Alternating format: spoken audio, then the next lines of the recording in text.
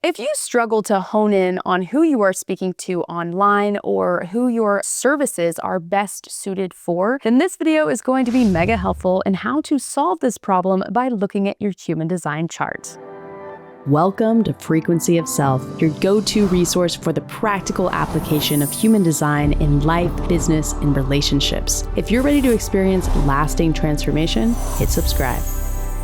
I'm Amanda Horvath, and I have over a decade experience in online marketing, and I can straight up say that one of the hardest activities within online marketing is to hone in on who you're actually speaking to. And yet every online marketing course that you take out there always begins with this exercise. Personally, I have struggled greatly in this area, despite the fact that I have dove very deep. So when I discovered the thing that I'm about to share with you today, it was mega insightful and really helped me hone in on how I'm going to share the content within my online channel as well as within my services to really resonate with the people that I'm attracting. Now, the best part about all of this is that you don't need to understand the entire human design system to get value from what I'm about to share with you. The only thing you need is to look at this section of your human design chart. What you are looking at in this area is your south and north node, and there is both a gate and a line associated with each of these placements. Specifically, we are honing in on the line level. Now, what you need to understand is that this is your nodal environment. This is the environment that feels most resonant for you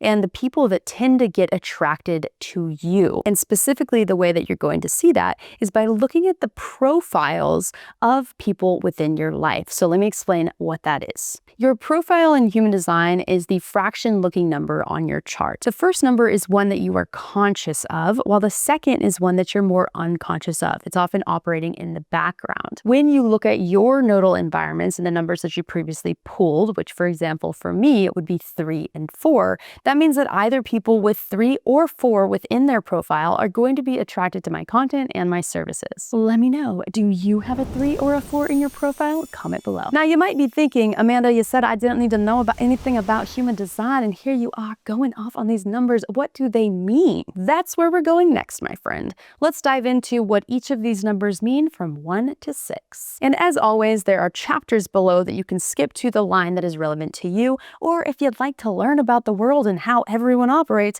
feel free to watch 1 through 6. It's rather fascinating. Line 1. If you have a line 1 in your nodal environment, this means that you are going to draw people in that are those investigators. They want to read the manual. They want to dive deep and investigate things and understand the details and the nitty-gritty before they actually start doing something. This is me, so I can very personally talk about this.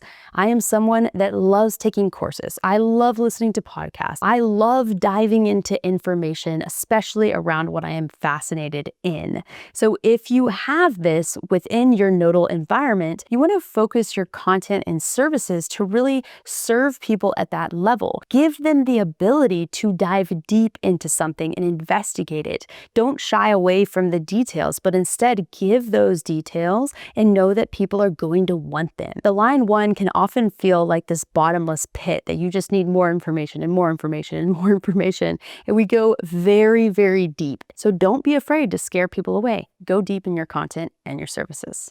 Line 2. While line 1s have deeply investigated something, line 2s are more naturally gifted. They have this knack or tendency to be able to do something without having to deeply investigate it. And often this can create kind of an insecurity within them because they might not see themselves as being talented. Often other people call out what they are talented in and say, wow, you're so good at this thing. But because they didn't study it, they don't really understand why that other person is saying that. Now, personally, I grew up with a brother that has a 2 in his profile, and he was the kind of brother that anything he did, he was just good at.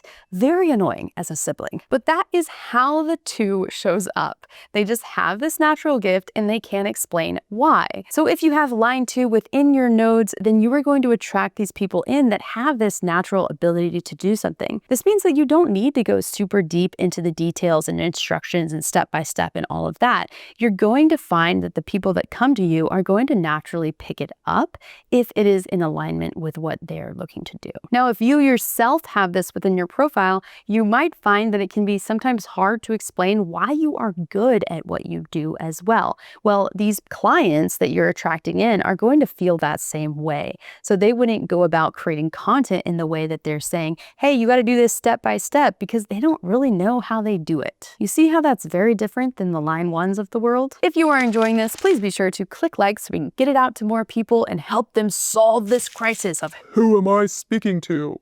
Line 3.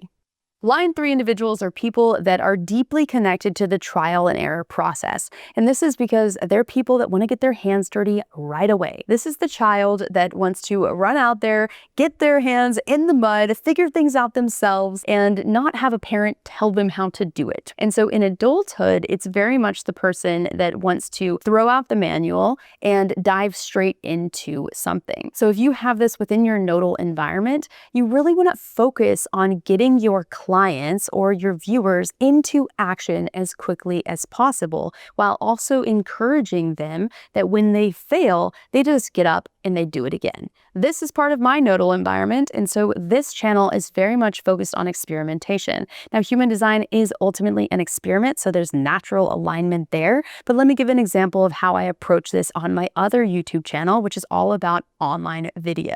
Now, previous to discovering who my environment was, I was very focused on step-by-step instructions, and people would come into my world and they'd be skipping steps and messing things up, and it'd be kind of a frustrating process. Well, now I have learned I need to hold back on the number of steps that I give people and get people into action as soon as possible. This is very different because I am a one line that loves the step-by-step process. And so it's helpful for me to understand the difference between how I operate and how my clients operate. And it has definitely shifted the way I communicate with them and ultimately how it resonates. Line 4. I personally am a line 4 myself, so I know this one very intimately. Line 4 individuals are people that deeply value community. In fact, all of our opportunities come through community. So job opportunities, friendships, relationships, they often tend to come through our network. And because of this, we have a very opportunistic mindset in that we know whenever we meet someone, there's a potential chance there for a lot larger of a relationship. You never know what the people you meet are going to bring into your life. So if you have line 4 within your nodal environment, which I do, which means I draw in other line 4s, you can talk to this within your content and your services. So for example, on my other channel where I'm teaching online video, I very much double down on telling people to leverage their network when getting their online presence off the ground. Tell people at dinner parties, tell your friends what you're doing, and get them on board with whatever it is that you're teaching if it is relevant to them. And in fact, it's even better to double down on looking at people in your life and what they come to you for and building your online presence around that. Now, this is obviously going to vary for every single industry, but generally speaking, you want to think about that your people are community builders and understand how you can help them lean into that quality, or how that at least can inform the work that you're doing with them. They might even be coming to you in order to meet other people. So don't write off community offerings if you have a line 4 in your notes. Line 5. These are the leaders of the world, here to universalize some sort of body of knowledge and get it out into the world. The traditional word for line 5 is heretics. These people tend to have a unique perspective on something within the world and are sharing it in a different way. That's why they're also leaders. Now, a big part of this 5-line experience of moving through the world is having what we call a projection field. And this projection field both works in their favor and sometimes not in their favor. The way that it works in their advantage is that some people might look to them as this hero that's riding in on a white horse coming to save the day, and they project the hero complex onto this individual. Or on the flip side, other people might look at them and have skepticism or judgment from the outside. Either way, this person is used to the experience of other people projecting onto them what they want to see. And so for people with a 5 line, it can be really important to have very clear contracts with the people that they work with. And so if that's something that you do within your business, then you're going to want to make sure to communicate that with your clients and or acknowledge this projection field that they might be experiencing one way or another in your online content or within your services, or ideally both. And then also speak to that leadership quality. You are speaking to leaders if you have this in your nodal environment. Line 6.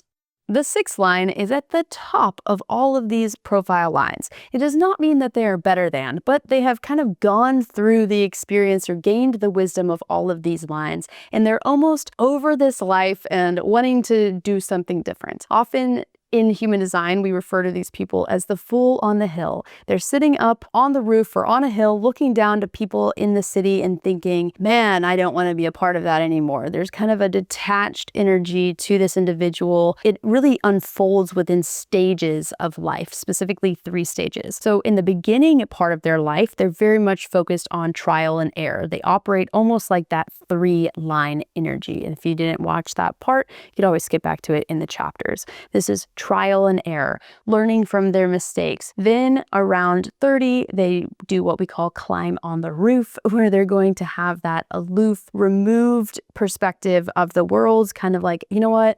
I've failed so much in my life. I've already done this. I'm just going to sit back and watch life unfold. I don't really want to be in there doing it. Then around 50, they're going to climb down off the hill or off the roof, and they're going to integrate back into society as a role model. So now they're embodying the wisdom that they have gained throughout their life and are showing up in life as that role model. They're not teaching something specifically of how they've done it. They are just embodying their truth and moving through the world. So if you have this within your nodal environment, you're going to want to consider the age of the demographic that you're talking to. Are they in that trial and error beginning part of their life? Are they on the roof, or are they in their role model phase? This can be mega helpful in terms of how you are going to speak to these individuals. So for example, if I was to use my other YouTube channel with teaching online video and I had 6 within my nodal environment, I would really be focused on helping people step up as a role model and maybe leaning more into vlog type content where other people can watch their life unfold and they are sharing lessons from their life about what it is that they're doing, rather than being that teacher that's out there giving that step-by-step instructions. If you have a line 6 within your nodal environment, I would love to hear how this is resonating for you. Share in the comment section below so the comments become a mega resource for other people that also have this. Transition, let's wrap this video.